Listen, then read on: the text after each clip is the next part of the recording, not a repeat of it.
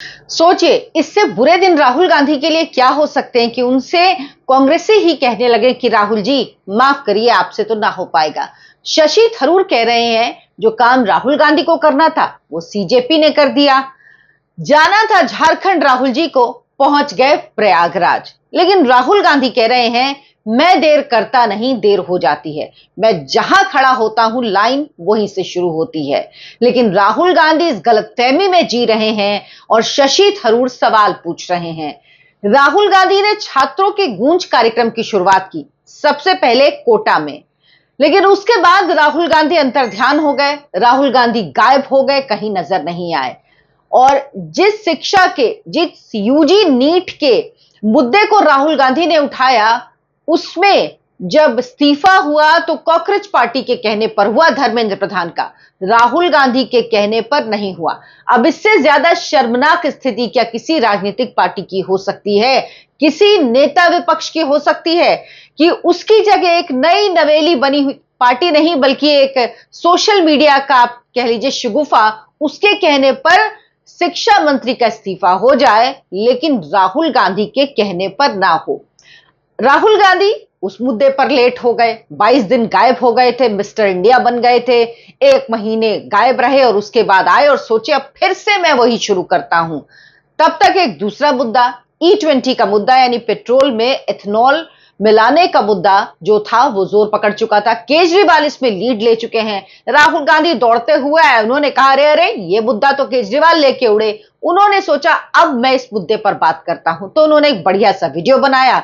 लेकिन अकल की बलिहारी कांग्रेस पार्टी, उनके पूरी जो मीडिया सेल है, जो नेता हैं राहुल गांधी हैं, E20 बता रहे हैं कि गाड़ियों के लिए नुकसानदेह है। और जब पेट्रोल टैंक खोलते हैं गाड़ी का तो उसमें जो लिखा हुआ है E20 कंप्लायंस, यानी E20 के लिए उपयुक्त जो गाड़ी है उसमें वो कमी बता रहे हैं कि किस तरह से गाड़ी खराब होगी, किस तरह से नुकसान होगा E20 पेट्रोल डालने से।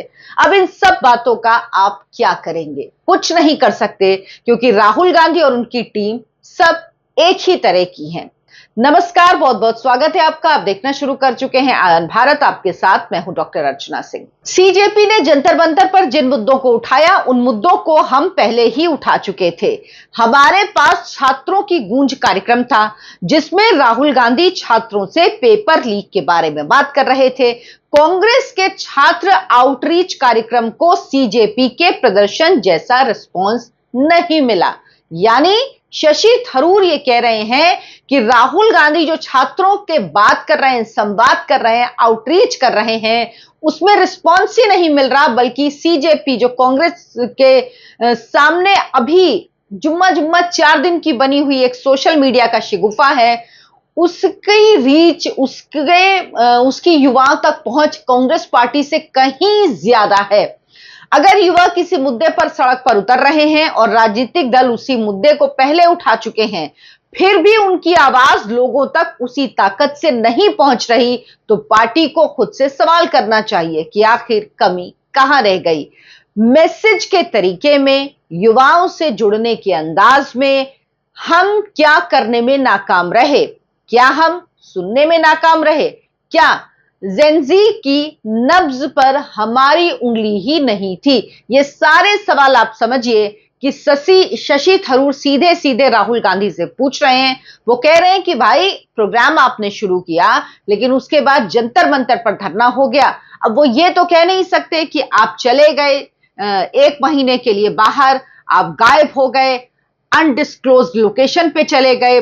जो कार्यक्रम होने थे पटना में और प्रयागराज में पहले, वो दोनों पोस्टपोन हो गए। पटना का तो हुआ नहीं, प्रयागराज में राहुल गांधी हैं, वहां कार्यक्रम होना है, लेकिन अब बहुत देर हो चुकी है। नीट का एग्जाम भी हो चुका, रिजल्ट भी आ गया, छात्रों की काउंसलिंग भी शुरू होने वाली है, तो सब कुछ हो रहा है। अब कोई मतलब इस चीज का नहीं है। लेकिन एक मुद्दा उठाना, उस पर टिके रहना, उस पर बात करना कन्विक्शन के साथ और देश में रहना, ये राहुल गांधी के बस की बात नहीं है। अब राहुल गांधी ने कोटा में किया, उसके बाद जब बाहर से वापस आए थे तो उन्होंने देहरादून में कार्यक्रम किया था और अब प्रयागराज में कर रहे हैं, जहां पर छात्रों की गूंज कार्यक्रम। लेकिन अब जब धर्मेंद्र प्रधान का इस्तीफा हो गया, तो छात्रों की गूंज कार्यक्रम में उनका पर्पस क्या है? वो छात्रों से बात कर सकते हैं, बहुत सारे विषय हो सकते हैं छात्रों से कार्यक्रम करने का, लेकिन उनका कार्यक्रम सिर्फ होगा सरकार पर निशाना साधना। वो कहेंगे कि ये पॉलिटिकल कार्यक्रम नहीं है, लेकिन वो टोटल पॉलिटिकल कार्यक्रम ही उनका होता है।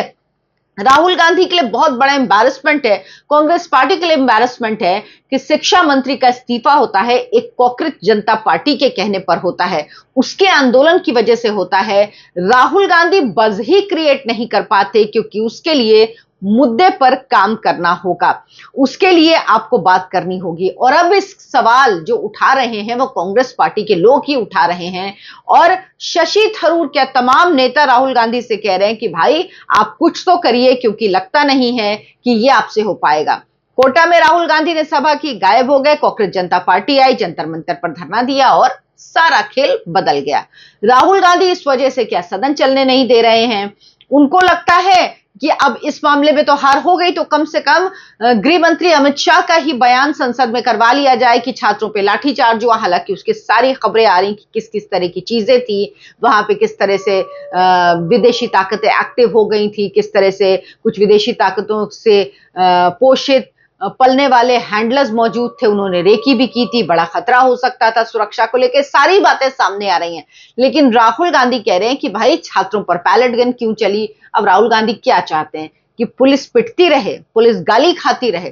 भाई कहीं पे भी जब ऐसा कोई आंदोलन होता है, अगर शांतिपूर्वक होता है तो बात अलग है, लेकिन अगर पुलिस पर डंडे, कील वाले डंडे से अटैक किया जाए, अगर पुलिस पर पत्थर बरसा जाए, अगर पुलिस को दौड़ा दौड़ा कर मारा जाए, तो पुलिस क्या करे? पुलिस बैठी रहे और चुपचाप मार खाती रहे? भाई पुलिस का काम है कंट्रोल करना। अगर पुलिस का डर नहीं होगा तो क्या हो जाएगा? और अगर पुलिस एक्टिव नहीं होती तो ये भीड़ जो है संसद में अगर प्रवेश कर जाती, उसके बाद की तस्वीर की क्या कोई कल्पना कर सकता है?